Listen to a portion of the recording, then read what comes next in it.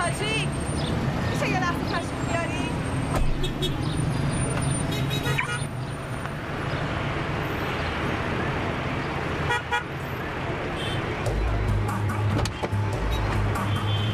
وایسا بینه! وایسا! وایسا!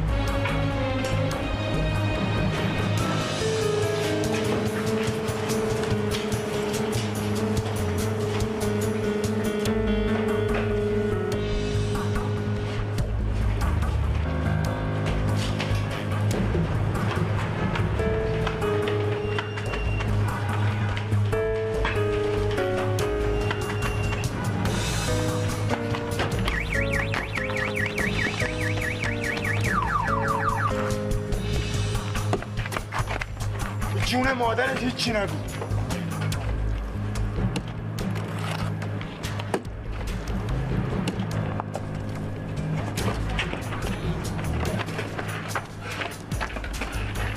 داداش یاره کجا رفت؟ ولش کن بابا بیا.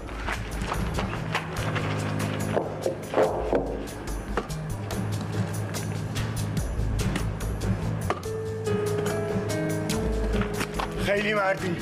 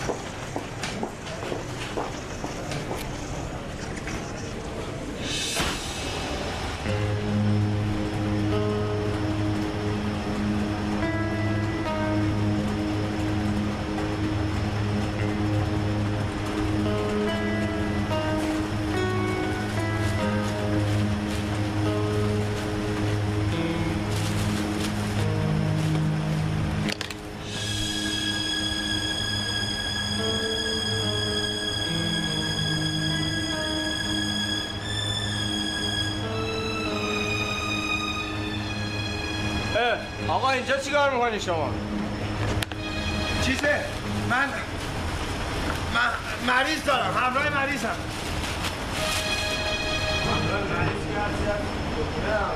باش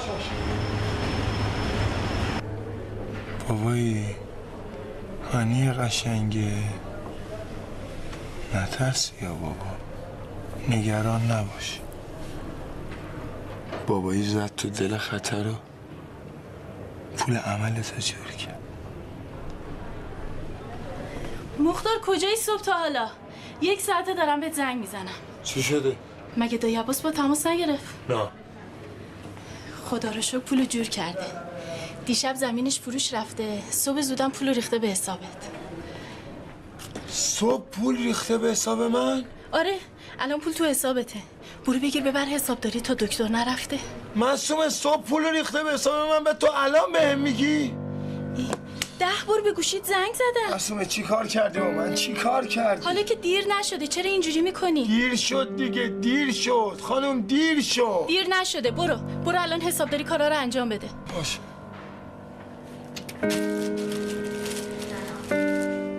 این چیه؟ این چیزه، نه مال کسیه، باید بهش برگردونم.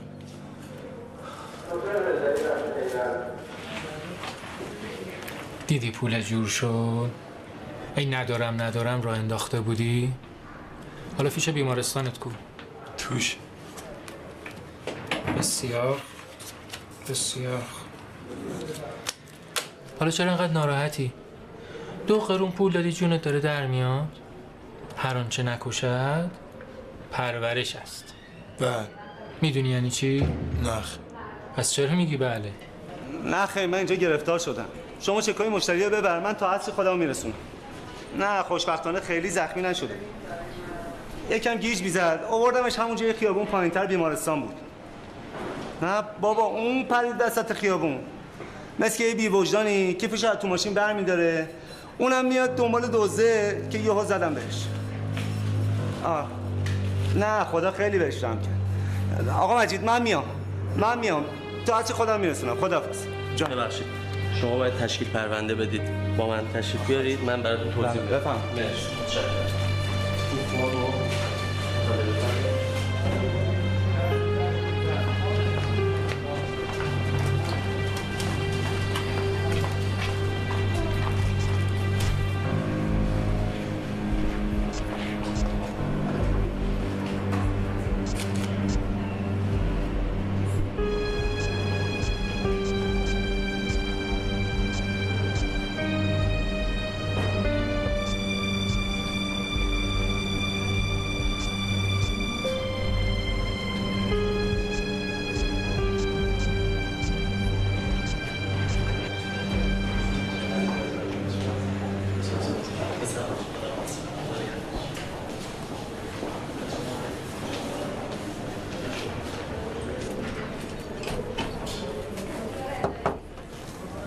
سلام آقا. به آقای توکلی سلام. حال دختر چطوره؟ الحمدلله. میبا آقا چند لحظه وقت داری؟ الله خدمتتون برسه. سلام آقا مختار چطوری؟ آقا من شرمندم به خدا، متاسفم. اون خیری که خدمتتون گفتم متاسفانه رفته سفر مکه. من شرمندم. انشالله که حجش قبول باشه، اما مسئله اصلا این نیست. آقا من خدمت رسیدم چون یه سوالی برام پیش اومده. خیلی خوب، الان که دیگه نزدیک ظهره، شما رو نمازخونه، منم به چند دقیقه دیگه میام. پس من منتظرتونم. باش، اونجا در خدمت. خدا. یا علی. باز به مردم قول الکی دادی؟ آقا جون قربونت برم، قول الکی چیه؟ بنده خدا گرفتاره، دخترش مریضه. گفتم یه ریشی گرو بزنم و یه مقدار پول براش جور بکنم، همین نشد. الهی امید خودت.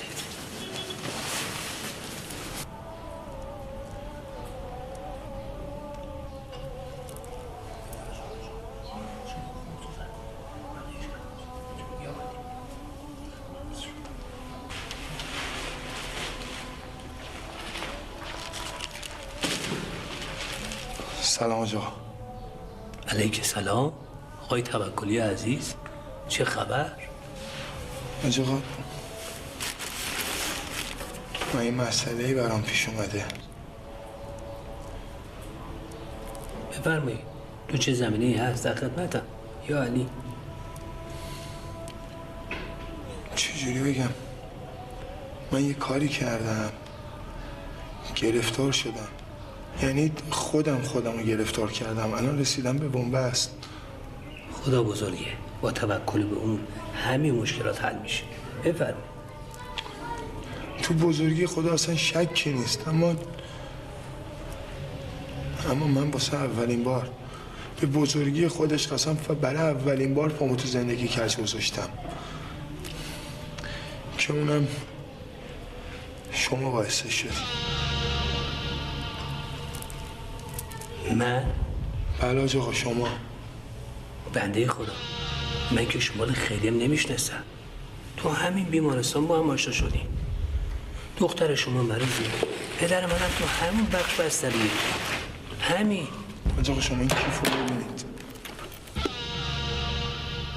پول مال کیه؟ دلاره؟ حالا دلارش اصلا مهم نیست.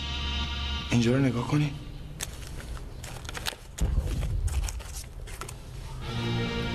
اسلحه مال کیه؟ از کجا؟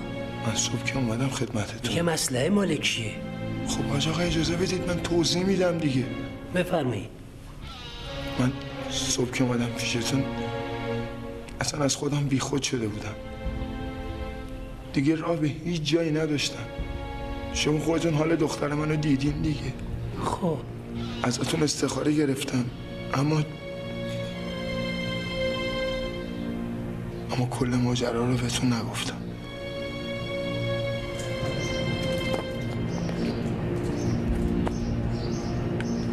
دخترم هانی 7-8 سالشه. تنها دلخوشی من تو این دنیاست. یه روز به ما گفت به هر چی نگاه میکنه یه لکه تار بالاش میبینه. فکر کردیم چیز مهمی نیست و خوب میشه، اما کم کم سرگیجه پیدا کرد. تعادلش از دست میداد. به مامانش گفتم ببرتش دکتر. حاج آقا من خودم پیک موتوریم، غذا این طرف اون طرف میبرم. این تنها راه در آمدم. اما یه چیزی بگم، نماز جماعتم ترک نمیشه. از اونو بگن تو مسجدم، هر کاری داشته باشم تعطیل میکنم، خودم رو میرسونم نماز. خدا خیرت بده. نماز اول وقت آثار و برکات خوبی داره. جا نماز آب نمیکشم. همینا رو گفتم که بگم محل حلال حرومم. خیلی وقتا پیش اومده از مال مردم چیزی دستم بوده، به هر دری زدم به صاحبش برگردوندمش.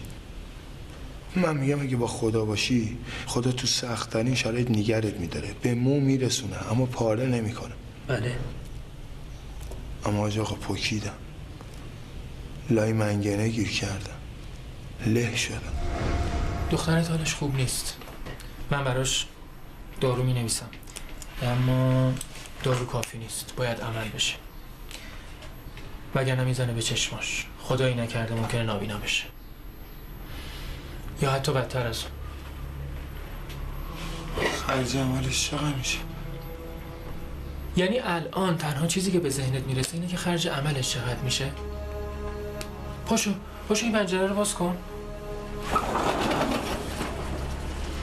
اون درخت رو نگاه بکن، بازی نور رو برگاش ببین چقدر زیبا نسیم از بین شاخه هاش رد میشه. تو میخوای این طبیعت زیبا رو دخترت نبینه؟ زندگی تو بفروش، خرج بچت کن.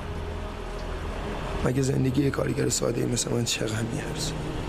کل اساسی من بنجل بی قیمت. تمامشو جمع کنم بدم سمساری هیچی بهم نمیده. به هر دری زدم اما نشد. به هر کسی که فکر میکردم میشه ازش پولی قرض کرد سر زدم، اما هر کدومشون یه جور گرفتار بودم. نشد دیگه، نشد. تا اینکه یه روز که از دکتر با دخترم برمیگشتیم، بردمش پارک که حال هواش بهتر شه. یه حالش وخیم شد.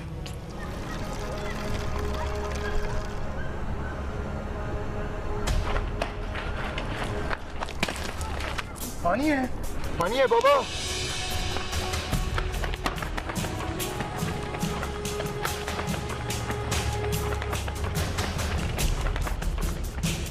اورژانس اومد و دخترم آوردن اینجا. موتورمو به کمترین قیمت فروختم تا خرج بستریشو بدم. شب سومی که تو بیمارستان بودیم شما زحمت کشیدی اومدی بالا سرش. یادتونه؟ توکلی جان 10 میلیون پول زیادی.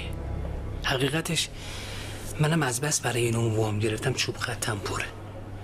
ولی خوب یه حاجی بازاری میشناسم، ببینم چه کار میتونم برات بکنم. دستش تو کار خیر بنده خودم. حالا شما شماره منو داشته باش، فردا به من زنگ بزن. 0912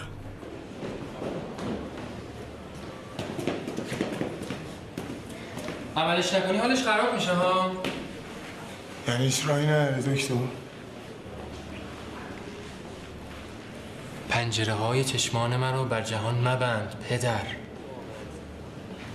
آره من اگه حالم خوب بود و پولدار بودم شعر میگفتم. ببین به من فوش ندی ها. اگه دست من بود دلم میخواست تمام مریضای این بیمارستان رایگان درمان بشن، ولی میشه؟ قانون، مقررات، هزینه ها، مسائل اداری، اختزاعات زندگی مدرن. چی کار کنم؟ برم دزدی کنم؟ با خودم کلنجار میرفتم. گفتم نکنه وظیفه من اینه که هر جوری شده جون بچه‌مو نجات بدم.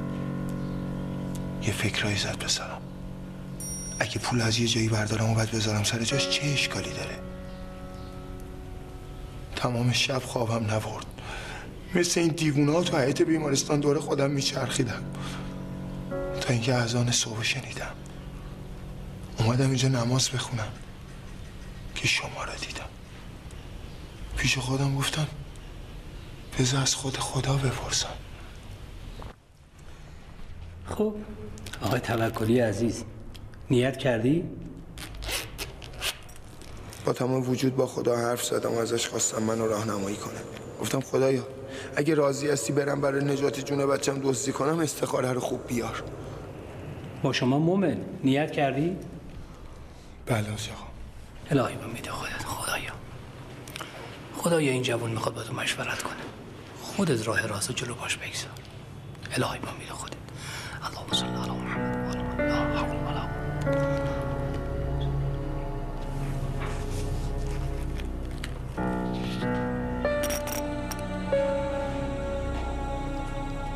بله بسیار خوب است.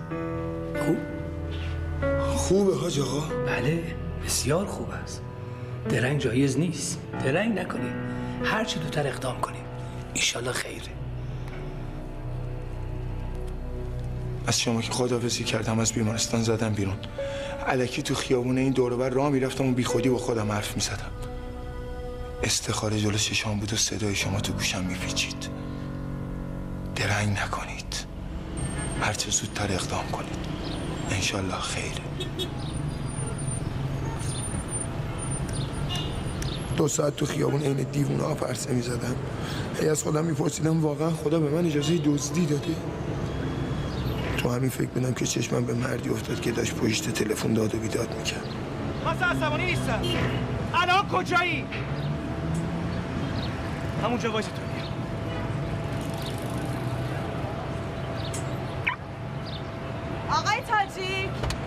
آقای تاجیک میشه یه لحظه تشریف بیاری؟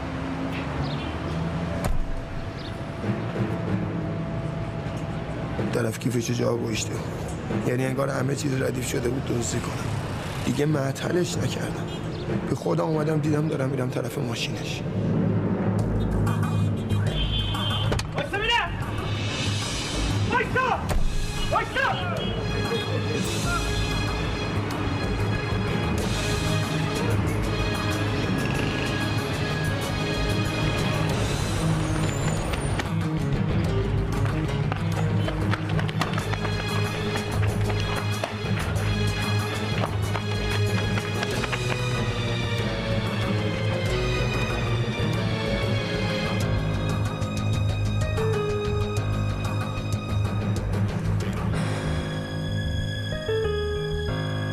یعنی وقتی من قرآن دست گرفته بودم و با صلوات و دعا بازش میکردم، تو نیت کرده بودی مال مردم رو بدزدی؟ بله. خدای ما رو ببخش، خدا ما رو ببخش. برادر من، هر بچه هم میدونه که نباید برای کار حروم استخاره کرد.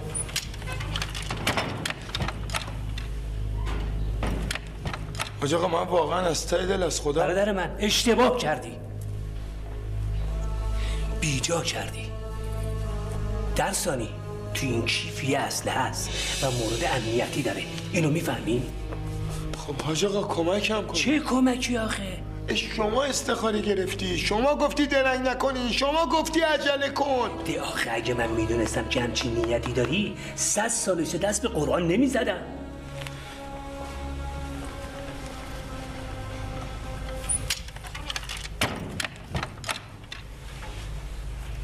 ببین پای منو وسط نکشی ها، من هیچ چیزو گردن نمیگیرم.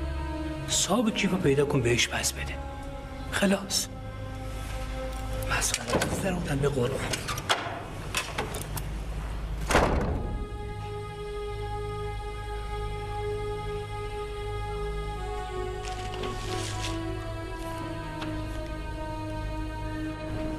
اینها آقا جان، خدمت شما.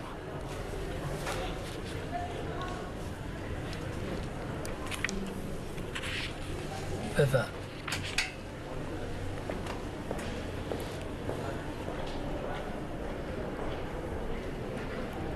درست آقا جون؟ بله درسته.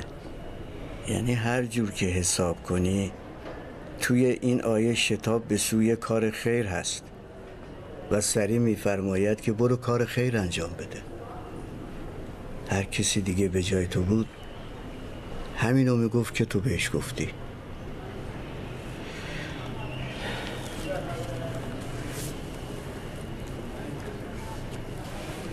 شایدم آقا جون من دیگه نباید استخاره کنم. یعنی اون نیستم که بتونه بفهمه معنی آیه قرآن چیه یا اشارش به چیه. خواهی لوس نکن، معنای آیه روشنه. هم نیت تو خیر بوده، همون بنده خدا مستر رو درمونده. حالا چرا اینجوری شده؟ الله اعلم.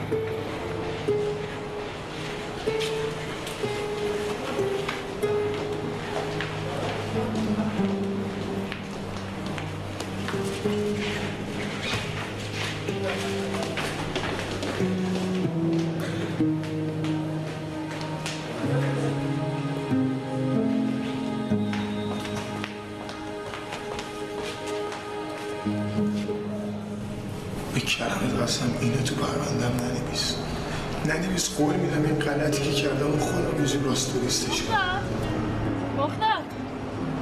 مختار اینجا نشستی؟ پولا رو واریز کردی؟ با دکتر حرف زدی؟ واریز کردم، حرف زدم. خب چی گفتن؟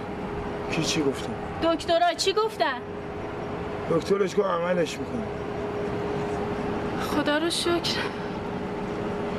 الان دیگه خیالم راحت شد. دیدی گفتم خدا خودش میرسونه؟ آره خدا رسون، دوبله هم رسون. دیدی بی خود نگران بودی؟ این کیسه چیه دسته؟ این کیسه بدبختیامه. حالا چرا انقدر عصبانی هستی؟ عصبانی هم که از صبح 10 بار میپرسی. هی بهت میگم نپرس. این کیسه امانت کسی داده دستم، باید بهش برگردونم. من یه غلطی کردم تو این هیری بیری، یه اشتباهی کردم، تو هم میپرسی این کیسه چیه، این کیسه چیه؟ خیلی خوب خیلی خوب، تو خسته ای، برو خونه استراحت کن. خونه برم چیکار بابا؟ 1000 تا بدبختی دارم. تو برو پیش آنیه تنها نباشه.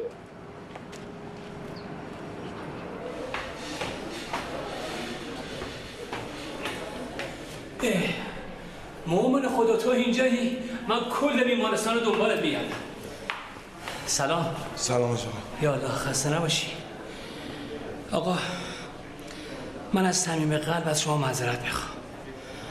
من نباید اون واکنش رو نشون میدادم. علی عالم، همین که شما متوجه شدی کارت اشتباه بودی خیلی خوبه. حالا اگه اسمی آدرسی تو اون کیف هستش بدید به من تا خودم ختم قاعده کنم انشالله. ولی اون اسلحه کارو خراب کرده.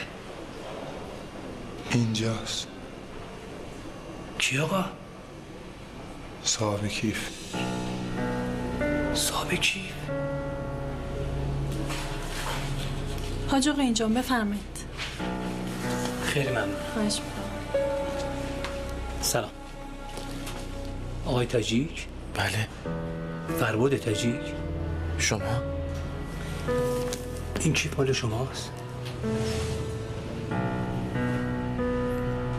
بله منه، اما دست شما چی کار میکنه؟ الان عرض میکنم خدمت.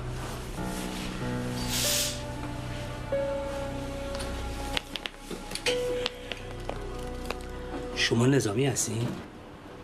نه. شما اسلحه داری؟ اسلحه؟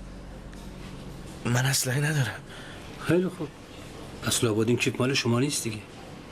بهتر من برم پیش پلیس. یه دقیقه صبر کنید. کیف برای منه. دست شما چی کار میکنه؟ تو این کیف یه اسلحه هست. این کیف منه، 1 ساعت پیش دزدیدنش، اما اسلحه برای من نیست. ببین آقای تاجیک، من که پلیس نیستم. راستشو بگو. اون بنده خدایم که کیف شما رو زده الان خودش تو بیمارستانه. الان اینجاست؟ حالا شما کوتاه بیا دیگه. بنده خدا گرفتاره. دخترش تو هم بیمارستان بستریه. منو واسطه کرده که این کیفو برسونم به دست شما. من باید ببینمش. آقا جان، میگم اون گرفتار نمیتونه، پشیمونه. منو واسطه کرده که این کیفو به دست شما برسونم. اصلا نگفتی اسلحه را کجا آوردی ها؟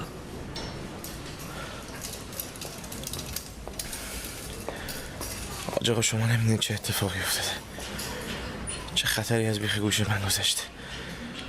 من اگه اون کسی که کیفمو دزدیده ببینم به دست و پاش میافتم، ازش تشکر میکنم. شما نمیدونید چه لطفی در حق من کرده. خب بگین چه لطفی کرده ما بدونیم. بفرما. حاج آقا من فروشگاه مبل دارم.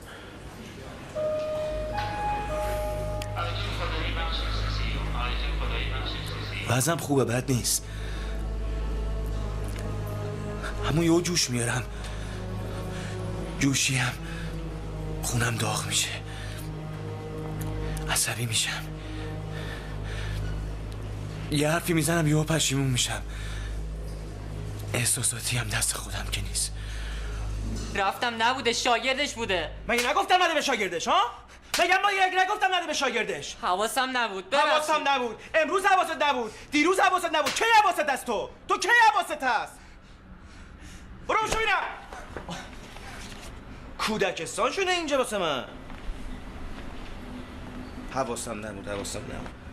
یه آموف میگیره. یه روز توی فروشگاه بودم که یه دختره اومد تو. یه دل نه 100 دل عاشقش شدم.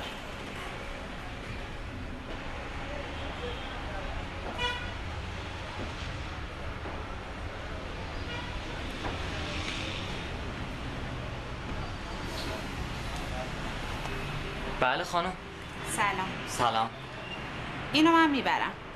اینو سفارش گرفتن، اگه میخواید باید سفارش بدید. چقدر طول میکشه؟ دیگه زودش 1 هفته.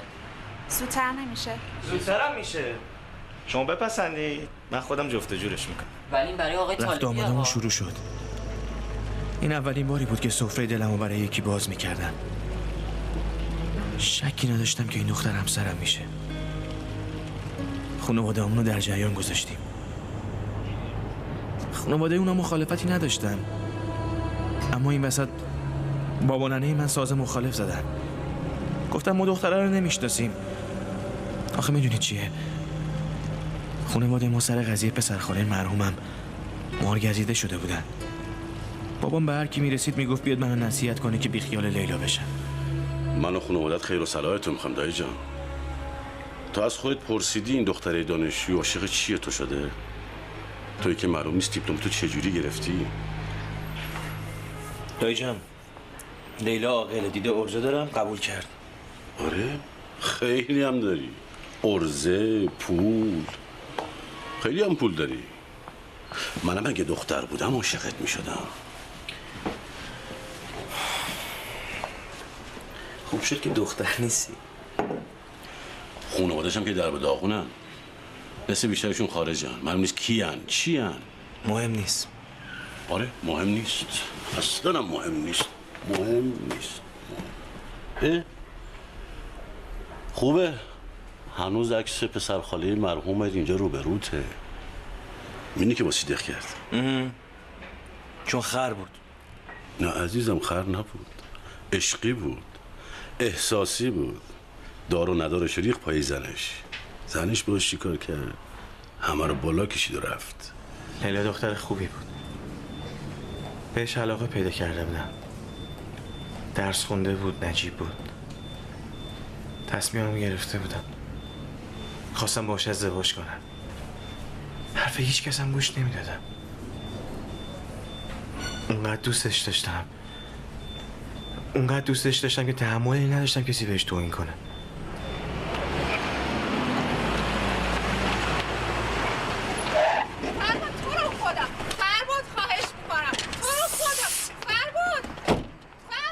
چقدر تو میخوای بکنی؟ ساکت بابا، ببینم چی میگی تو؟ ای بابا این چقدر کله خره. من چیزی نگفتم. چیزی جرئت نداری بگی؟ حرف تو بزن میگم. برو بشین تو ماشین. نرم مثلا چیکار میکنی؟ نرم چیکار میکنی؟ برو. نمیرم میگم چیکار میکنی؟ حرف تو بزن، جرئت داری به من بگو دیگه. برو بابا.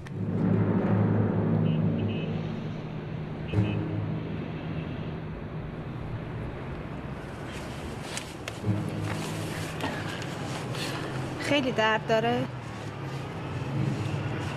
ببین با خودت چیکار کردی؟ به این مرود غیرت دارم، تعصب دارم. اگه کسی چیزی بهت بگه دیوونه میشم. بابا کسی که چیزی نگفت، فقط گفت ماشینتون شما. نباید میخندیدی، نباید رو میدادی. خندیدی پر رو شد. خب خندم گرفت. غلط کردی؟ به این به خدا اگه یه بار دیگه تکرار بشه همیزنم تو رو میکشم، همون کسی که زره زیاد زده ها. من میگم عشق اگه عشق باشه آدم غیرت باید داشته باشه دیگه. خب بله. وقتی داییم اومد مغازه اون خبر رو بهم داد، اصلا دیوونه شدم. عرضم به حضور شما یه مبل 7 نفره است با یه جلو مبلی و یه عسلی. عکس برگردون نیست، ابریشم خالصه، چوبش راشه. یه دقیقه بیا کار دارم. الان میام دایی جون، الان میام. میتونید تست کنید، راحت بشینید. این برم یه مورد دیگه هم داریم اگه خواستید. بیا کارت دارم. الان میام دایی جون. من حرف میزنم. باشه بیا کارت دارم. دایی جون من دارم حرف میزنم. خاک تو سرت، فقط خاک تو اون سرت. آخه چرا؟ ببینم این دختره داداش داره، فامیل جوون داره؟ نه. الان کجاست؟ الان با دانشگاهشون رفتن مشهد. خاک تو اون سرت کنن، فقط به خاطر اینکه مثل این کوهوش الاغ رکب نخوری دارم این کارو میکنم. کدوم کارا؟ این مال زهره. دیگه نگاه کن. چی؟ یه ساعت پیش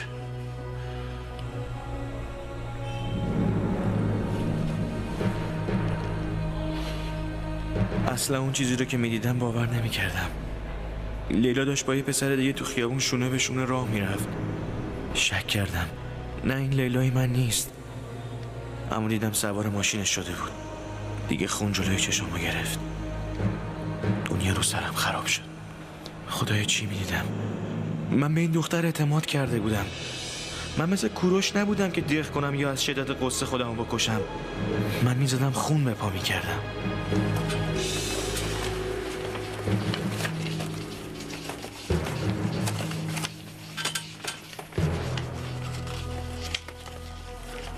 یکی رو میشناختم که اسلحه میفروخت.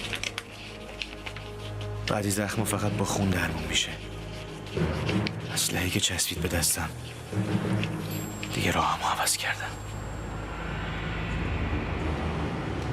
هرچی پول تو دست و بالم بود از بانک بیرون آوردم، رفتم تبدیل به دلار کردم. تصمیممو گرفته بودم. میخواستم لیلا رو بکشم، بعدم سریع از ایران برم هر جایی که بوی نامردی نده.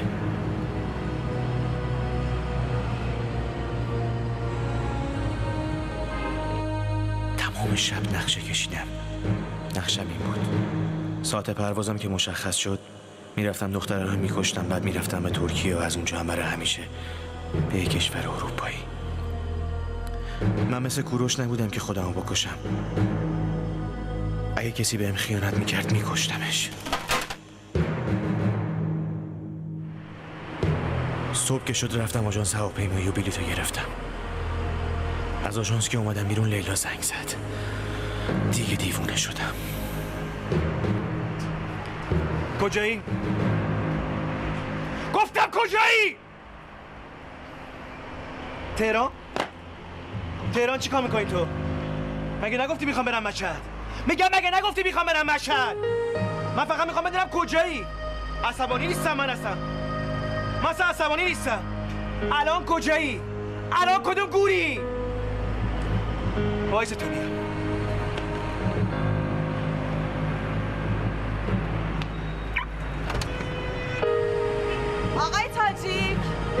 آقای تاجیک میشه یه لحظه تشریف بیاری؟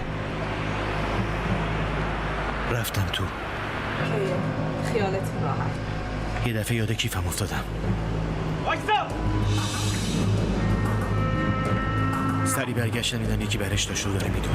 وایسا! ای وای بد!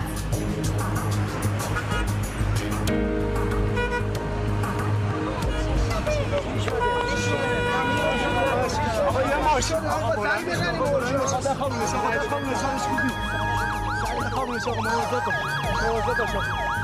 آوردنم اینجا. چیزیم نشده بود. فکر کردم زندگیم توی آن نابود شده. دختری که دوستش داشتم بهم خیانت کرده بود. پولام هم دزدیده بودن. داشتم تیخ میکردم. مثل پسر خاله مرحومم. یهو اومدش. سلام فربود. این چه کاریه با خودت کردی؟ چه بلایی سر خودت آوردی؟ من مونده بودم چی بگم. میخواستم رو تخت بلند شم گردن دختره رو بگیرم و خفش کنم، اما اتفاق عجیب تری افتاد. سلام جوو. اون مرد غریبه هم باهاش بود. این دایی یزدانمه، از آلمان اومده.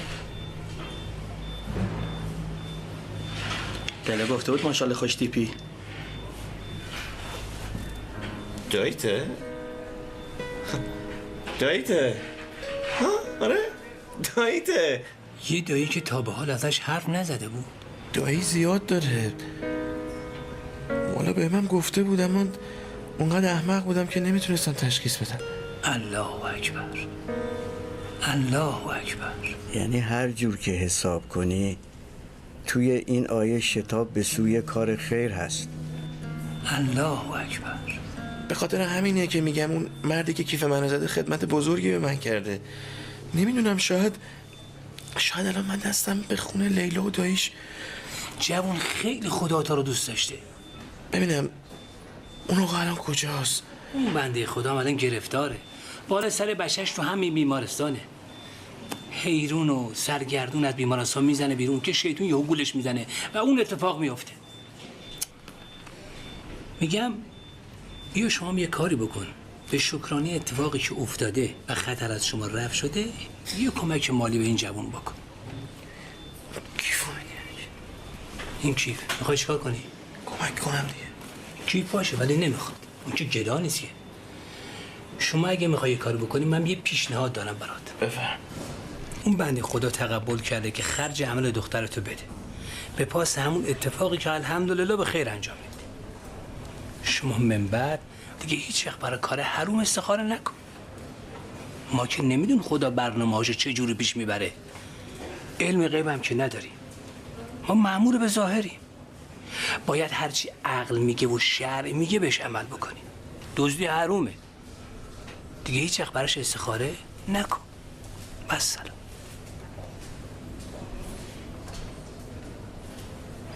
آقا سلام علیکم، خسته نباشی. نگهبانی بیمارستانه؟ عرضم به خدمتتون من تو موتورخونه لای لوله ها کنار منبع یه پلاستیکی دیدم یه چیزی مشکوکی توش بود. قربون خدا برم، چقدر قشنگ عالمو تدبیر میکنه. چجور یه نفر از هلاک شدن نجات داد؟ نذاش خونه دختر بیگناه ریخته بشه. از اون طرف مشکل مالی یک مومن گرفتار رو حل کرد و درس بزرگی به تو داد. و درس بزرگی به من داد. و درس بزرگی به من داد.